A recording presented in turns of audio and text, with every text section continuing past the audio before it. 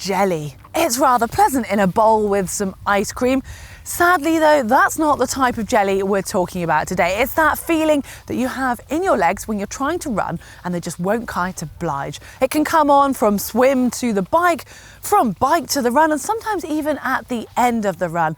And it's fairly obvious, it's a sensation that we'd all rather avoid. So, yep, you guessed it, we're here to help.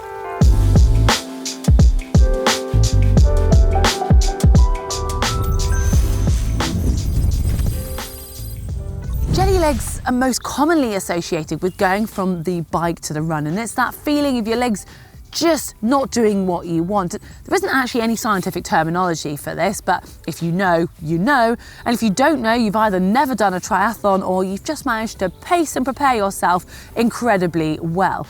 And there's also the version of the swim to bike. Now, in the swim, you'll have spent a considerable amount of time horizontal, probably not using your legs very much. When you go to suddenly standing up and weight bearing, your legs can feel pretty jelly-like. And finally, that version that can come on towards the end of a triathlon in the run, well, that's that sort of heavy leaded jelly legs. And that's the worst one because it is much harder to actually remove and get your legs feeling normal. All of these sensations are relatively similar, but they come on for different reasons. So with that in mind, we need to address each of them separately.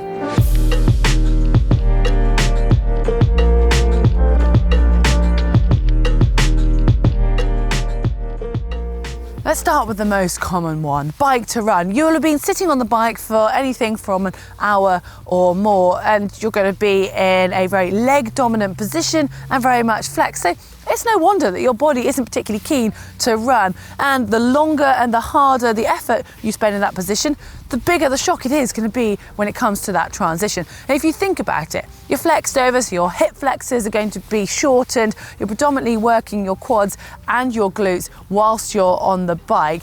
And also in an endurance event, as you come towards the end of the bike, you're going to have fatigue in your muscles, and you might even be starting to get a little bit depleted in fuel. So there's a lot of things going on.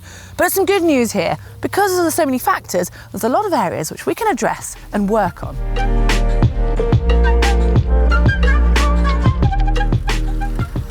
Now, the best place to start is with practice, and yep, you guessed it, that includes the dreaded brick session. Basically, that's going for a run after your bike ride, and how and when you do these is entirely up to you. But when it comes to the bike leg in training, the closer that is in duration and intensity to your planned race, the more your body is going to be prepared when you actually come to race day. You'll be pleased to hear though, the run doesn't need to be so close to your race distance. You can keep your run relatively short. It's about getting used to that jelly leg feeling and running through it, and it does tend to ease after a couple of K. And it's not exactly clear as to whether your body adapts when it comes to brick sessions or if you simply just get used to the sensation. It's probably a combination of both, but they're certainly worth practicing. When it comes close to races, you'll see the pros doing them all the time in their training, so I think they know what they're up to. And it is really easy to want to do, or really tempting to want to do brick sessions when you're feeling good. I mean, we all want to feel good all of the time. However, if you do actually incorporate brick sessions at the end of a bike ride when you're really tired or you're just in a heavy block of training, then if you've got through that sensation, when it comes to race day, it should actually feel much easier. And it comes back to that mantra of train hard, race easy. The more prepared you are, the more you'll fly through it smoothly on race day. And getting your legs used to moving at a rate on the bike that you actually want them to move at when it comes to the run will help make your transition that much smoother. So if you know that you've got quite a low cadence, especially if towards the end of the bike you're starting to get tired, try to change into an easier gear and get your legs moving to a very similar cadence that you'll run at, and just wakes your legs up and tells them that they need to be ready to run at a faster tempo. The bike is the time to nail your nutrition. You want to make sure that your body is adequately fueled ahead of the run. Taking on fuel, especially solids, is so much easier when you're going along on the bike compared to going that up and down jigging feeling that your stomach's going to get when you're onto the run. So just make sure you think ahead of time and get that fuel in early.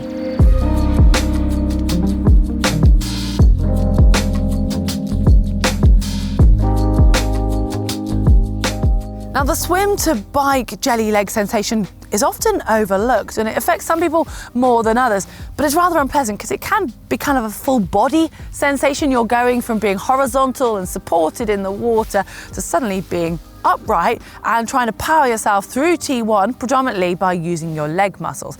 Some people experience it worse than others. You might find that if you've got low blood pressure, your blood will sort of drop and you'll feel just quite lightheaded and not very nice from that. If it's cold water, it can increase that sensation, and a wetsuit swim can actually increase the sensation because you're not going to need to use your legs as much. So with all of that in mind, you can actually prepare for this quite easily. As you're coming towards the end of the swim, you need to just increase your leg kick, so you're encouraging the blood to flow all around your body, including, importantly, to your head, so you don't get that sensation.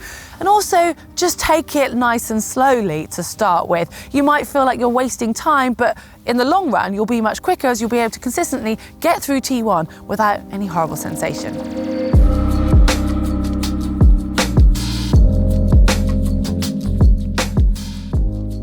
End of race jelly legs is usually a result of a combination of poor nutrition, pacing, and lack of preparation in training. And when your legs start to go, then I'm afraid it's not likely to be very pretty.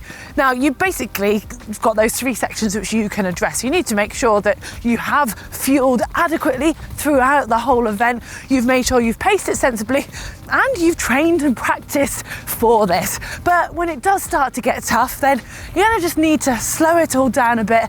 And this is when you can try and take on that fuel and hydration that your body really is craving for.